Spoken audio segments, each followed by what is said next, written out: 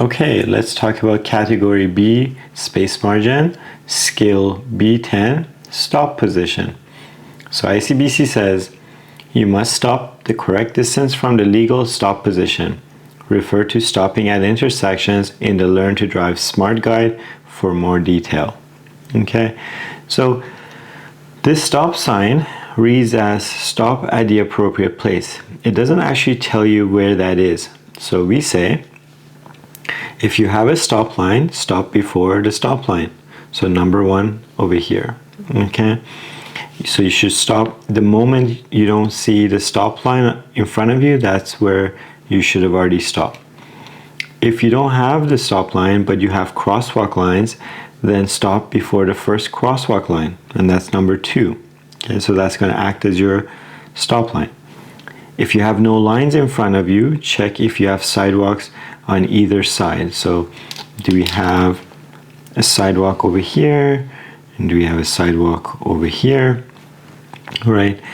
And if you have a sidewalk on either side, then you stop before the wheelchair access point of that sidewalk, okay? And if you don't have sidewalks, so you have no lines, no sidewalk, then you're legally allowed to make your formal stop at the edge of the road, which is number 4 up here, okay? And sometimes students are like, but I'm worried if I go too far forward, I'll impede traffic, okay? And it's a valid fear. We don't want to, overshoot and be in the middle of cross traffic, but we also have to be able to get up to a point where it allows us to see enough down the cross traffic or down this crossroad to be able to make an assessment as to when we need to go, okay?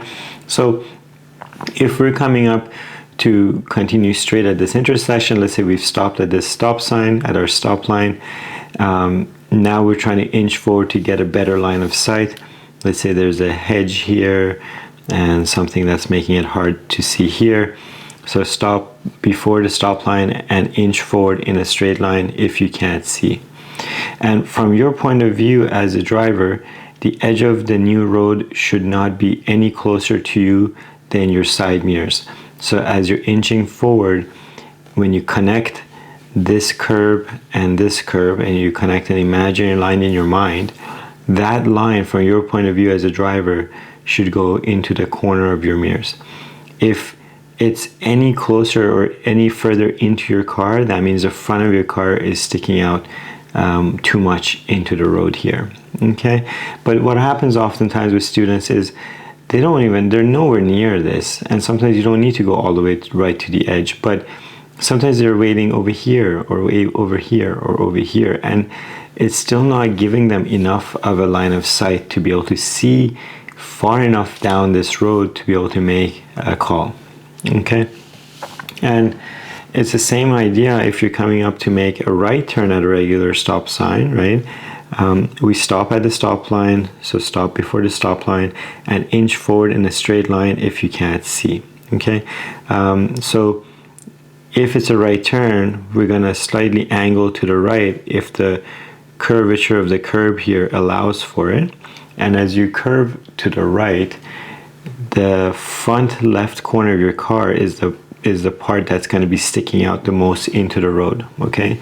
So since we can slightly angle right as we inch forward, it's the front left corner of our car that sticks out more. Therefore, from your point of view as a driver, the edge of the new road should not be any closer to you than your left side mirror. So if I were to connect this curb to this curb in my mind, right, that imaginary line should not go any further into my car than the corner of my mirror here. Okay, so it's a bit of a trick of the eye here, but you need to pay attention to it so that, you don't want to be this far out where now this car is like, well, why are you in my path? And you don't want to be so far back where if there is something blocking our view of this crossroad, we can't really make a correct assessment as to whether we should go or not.